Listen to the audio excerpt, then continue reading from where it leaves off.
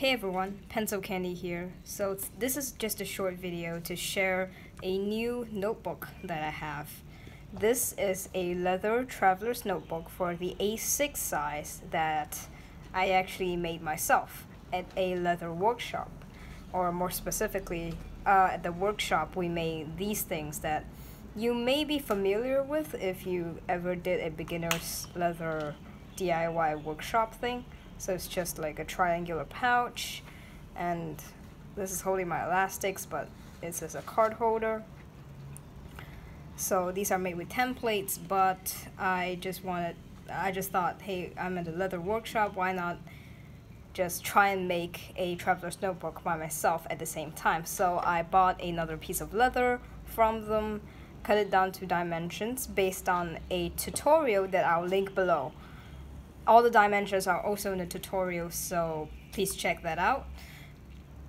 It's by Mecha Ellen here on YouTube, and she's got like amazing DIY, so check that out definitely. So yeah, I just bought the piece of leather. At the workshop, I used their tools to actually punch the holes necessary for the elastics to go in, then sourced my own elastics, put it in, and now I have a traveler's notebook. And this whole thing costed less than $15. And so that's what I would recommend if you want to have a traveler's notebook and you either like have trouble having trouble affording like the actual Midori traveler's notebook, or they're called Traveler's Company now, but you know what I mean, the official one. If you can't buy that, you have trouble shipping it, any kind of deal, or it doesn't have the size that you want, I really recommend making it yourself because it is really, really easy. It's a piece of leather, or not leather, you can use fabric, or you can use, you know, whatever material that's sturdy enough. It's literally a rectangle with like 7 holes in it and elastics, and like that's it. Of course you can customize it to whatever you want. I didn't do anything, so like this is the bare minimum. And you can have just 2 holes at the elastics as well, but I chose to have 3 so that I actually have 1, 2, 3, and 4 elastics. Right now I'm only using 2 elastics, but you can have 4 elastics. So yeah. And of course, an elastic to close the book. The hole is in the middle. The official one, I know the hole is at the back, but the tutorial showed it in the middle, and I chose to put it in the middle as well because if it's at the back, you're gonna have the knot there, and when you lay it down to write in, the knot will be here, and then you know it can interfere with your writing. So that's just a thing to take note when you're making your own traveler's notebook. So this is it. Right now what I have inside is a refill kind of booklet, grid notebook. They're all A6 because I basically made this thing to be A6 size. So everything I'll be putting inside, all the inserts I'll be showing you are A6. This one's by Hurlitz or Helitz, I don't really know how to pronounce it, but it's a refill booklet. These are dirt cheap if you can find them, and they're quite nice as well. And this is a local brand of what's the actual brand is A-Zone cartridge paper notebook. So it's like really thick sketch paper, A6 as well. So yeah, that's what I have inside here right now. So I'll show you some size comparisons and some inserts, which are all A6, as I said, that I may be interested in putting inside this traveler's notebook. So first we have, of course, the Hobonichi original. It's an A6 size, and I'll compare what I made with the Hobonichi. I actually didn't follow the tutorial exactly in terms of the dimensions, but you know, you just have a rough idea. Of course, if you have your own piece of leather, you can cut it down to size however you want. So mine is actually less tall as the Hobonichi, about the same width. Yeah. And then, of course, some of you may also be interested in putting the actual Hobonichi into a traveler's notebook like this, or into any A6 traveler's notebook if you choose to buy one, I would put it through the middle of the book because this is quite flimsy. The paper is strong and it's ink resistant because it's Tomoe River, but it's still very thin and thus quite flimsy. So I would actually put it in the middle instead of just having it like at the cover, you know what I mean? Okay. So yeah, here's how it looks like with the Hobonichi inside. This actually bothers me a bit, but it's like the fact that the elastic is so thick, but it's not a big deal if you don't care much about it.